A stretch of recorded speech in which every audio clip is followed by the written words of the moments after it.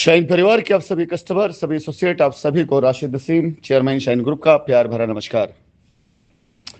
साथियों, मैंने एक रिपोर्ट आपके सामने शेयर करी है जिसके हर दिन मैं तकरीबन 5 से 10 पेज आपको भेजूंगा, जिसमें आप देख करके वो सारे कस्टमर जो लीगल में नहीं गए हैं उन्हें इस बात की संतुष्टि होगी कि उन्होंने लीगल में ना जाने का फैसला करके बहुत अच्छा किया।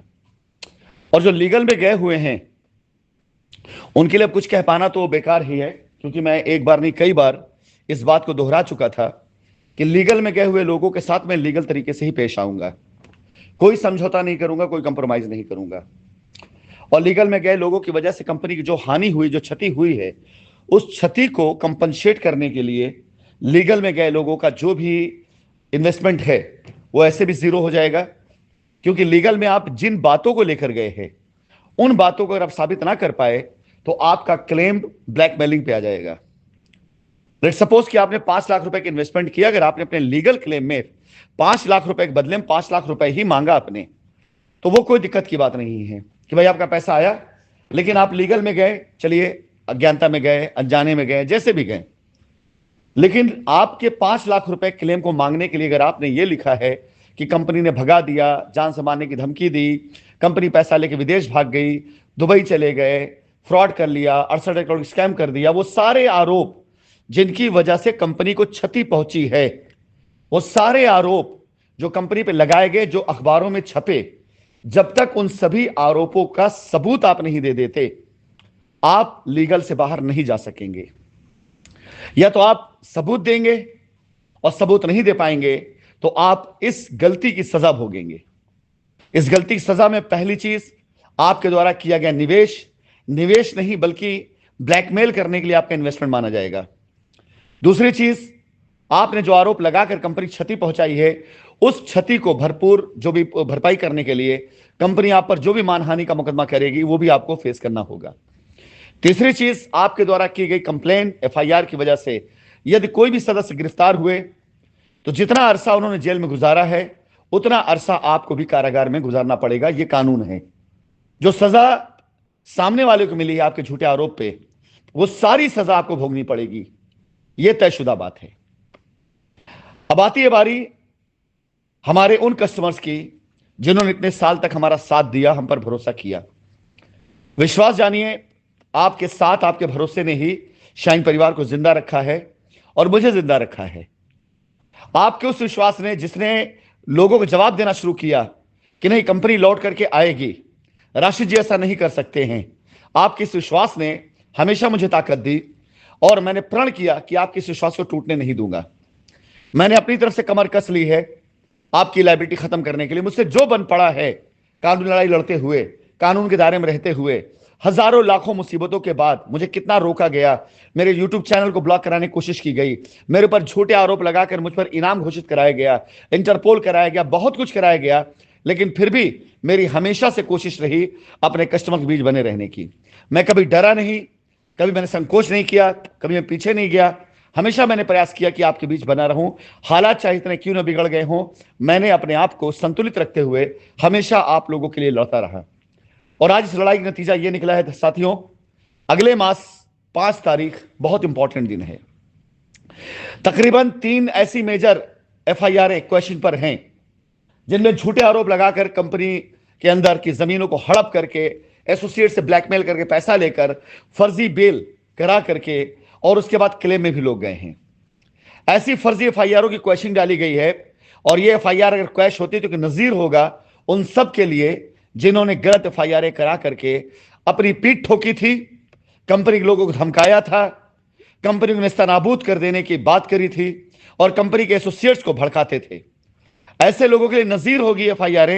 जब क्वैश करेंगी तो ऐसी एफआईआरों के खिलाफ तुरंत एक्शन, उन पर एफआईआर और उन लोगों की गिरफ्तारी की मांग और उनका पैसा पूरी तरीके से असुरक्षित होने के साथ साथ मानहानि मुकदमा, ये सारी चीजें ऐसे लोगों पर हावी होंगी। 5 तारीख बहुत महत्वपूर्ण है, ये डेट है और उस दिन इन एफआईआर कर्ताओं को जिनकी डेट लगी है, ये साबित करना पड़ेगा कि जो उन्होंने एफआईआर में पॉइंट्स लिखे हैं वो सारे सही हैं, उसके सबूत क्या हैं, और जो कंपनी ने उन पर आरोप लगाया है उसको इन्हें गलत साबित करना पड़ेगा।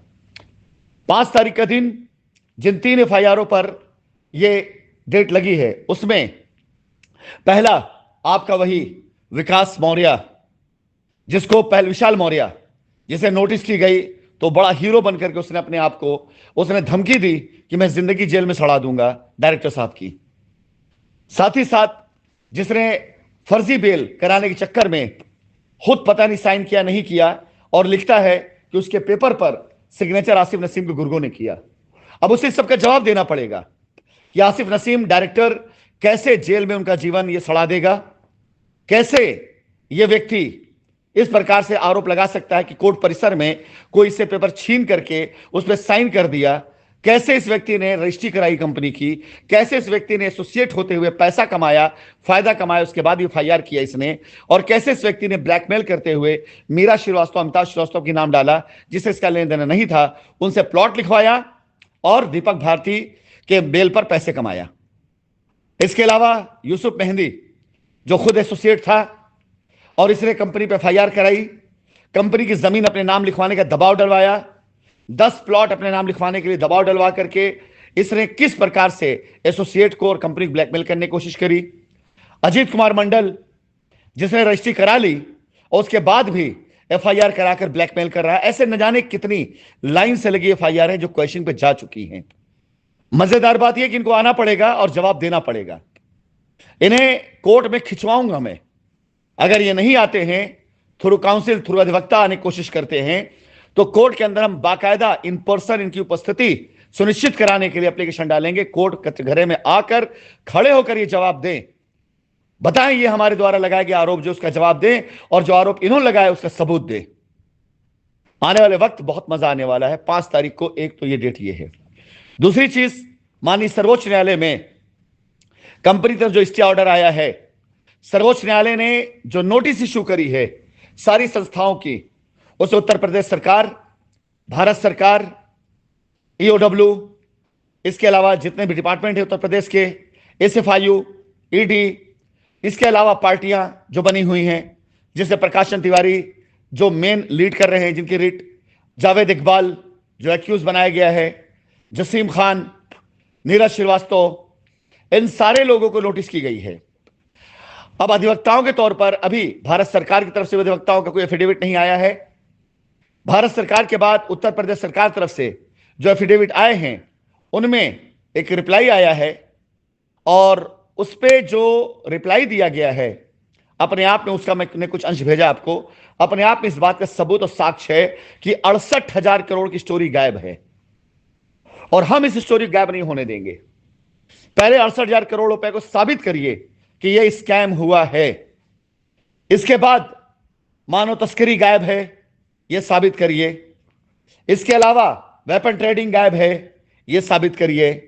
पैसा बाहर गया, यह गायब है, यह साबित करिए। कंपनी पैसा लेके भाग गई, यह साबित करिए। ये सारे जितने नाम दिए गए हैं, इन लोगों ने जो आरोप लगाया अपने पैसे का, उस पैसे का प्रूफ दीजिए कि इनका पैसा आया है कि नहीं आया है। कोई 12 करोड़ दिखा रहा है, कोई 1 करोड़ दिखा रहा है, कोई 50 लाख दिखा रहा है। ये सारे के सारे लोग सुप्रीम कोर्ट के दायरे में आ चुके हैं। बचकर कहीं नहीं जाने दूंगा मैं। सुप्रीम कोर्ट में यह बात जैसे साबित होती है कि एफआईआरों में डाले गए क्लेमों का कोई भी बेस नहीं है, कंपनी भाग गई पैसा लेकर, इसका कोई सबूत नहीं है, कंपनी ने कोई स्कैम किया इसका कोई सबूत नहीं है, कस्टमर ने जो एफआईआर कराई उन एफआईआर में जो लिखा गया उसका कोई सबूत इनके पास नहीं है, जो पैसा निवेश दिखाया गया है उस निवेश का सबूत इनके पास नहीं है। 50% ज्यादा कस्टमर जो बनकर आए हैं वो एसोसिएट हैं, और कंपनी के साथ फ्रॉड करके ये एसोसिएट बन करके काम किया और उसके एफआईआर करा दिया। ऐसे सारे केस पटल पर आएंगे सुप्रीम कोर्ट में, और वहां से जब बहस चालू होगी तब दूध का दूध और पानी का पानी आपके सामने आएगा।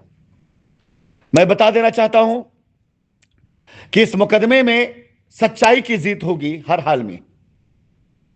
वो कहीं पर भी लड़ा जाए, जीत सच्चाई की होगी, और सच्चाई का दामन हमने पहले दिन से पकड़ कर रखा है।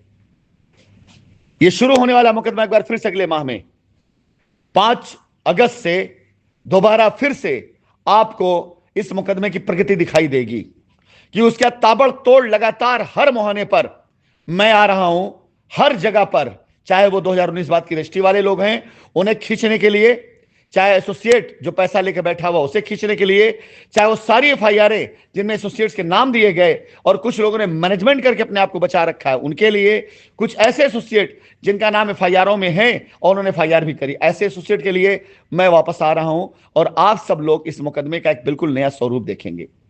और इतनी चीजों के बाद कंपनी का क्लीन चिट होना वक्त की बात है, वक्त की बात। कोई भी आदमी मुगालते में ना रहे जो शाइन परिवार में काम किया हुआ है और ये सोच ले कंपनी चली गई, इस मुगालते मत रहिए। ये शाइन परिवार है, राशिद नसीम की मेहनत, राशिद नसीम की दिन रात की कोशिश, राशिद नसीम अपनी जिंदगी लगाकर, अपनी सांसें लगाकर इस कंपनी मैंने बनाया है। और जब तक मेरी सांस चलेगी तब तक कंपनी बंद नहीं हो सकती, कंपनी मर नहीं सकती है। मैं बहुत जिद्दी स्वभाव का आदमी हूं और अपनी जिद को मैं जरूर पूरा करता हूं। मेरी जिद है हिंदुस्तान के अंदर शाइन सिटी को वापस ला करके, ईमानदारी के साथ फिर से खड़ा करके, एक एक कस्टमर पैसा वापस करके, ऐसे लोगों के मुंह पे जूते मारना जिन्होंने शाइन सिटी के बारे में अपशब्द बोले हैं। और जूते नहीं मारूंगा, एक्शन भी करवाऊंगा। कोई भी शख्स जो शाइन सिटी के नमक खाने के बाद नमक हरामी किया है, उसके खून में का जहर ना बन जाए नमक, तो नाम बदल देना। शाइन परिवार लौट करके आ रहा है। यह सिंह गर्जना जो आपको आज सुनाई दी है, अब लगातार हर दिन सुनाई देगी। कल रविवार की मीटिंग में मैं आ रहा हूं वापस फिर से एक बार उसी जोश और खरोश के साथ शाइन परिवार कस्टमर संबोधित करने के लिए, जिसमें मैं तकरीबन 10 कस्टमर की लायबिलिटी उतारने के लिए अपनी तरफ से अप्रूवल दूंगा। 5 आर्मी पर्सन होंगे, 5 सिविलियन होंगे और पीछे जिन लोगों की लायबिलिटी उतारने का मैंने वादा किया है उन सब के पास आज मेरे कॉल जाएंगे और उनकी लायबिलिटी कैसे उतर रही है, क्या हो रहा है, उससे कोई दिक्कत आ रही है तो मैं उसे दूर करूंगा। अन्यथा 5 तारीख से लेकर के 10 तारीख के बीच वो अपनी रजिस्ट्री कराकर लायबिलिटी फ्री हो सकते हैं। आप सभी कस्टमर के लिए एक बार लास्ट फिर से मैं ये कहना चाहूंगा कि दिल की अनंत गहराइयों से उन सभी कस्टमर को धन्यवाद जिन्होंने कंपनी विश्वास किया। यकीन रखिए मैं वापस आ गया हूं आपके लिए, आपके पैसे वापस करने के लिए। और उन कस्टमर्स के लिए जिन्होंने हम पे भरोसा नहीं किया, जिन्होंने एफआईआर कराई, छूट का सहारा लिया, ऐसे लोगों के लिए मैं वापस आ गया हूं आपको आपकी एफआईआर का जवाब देने के लिए।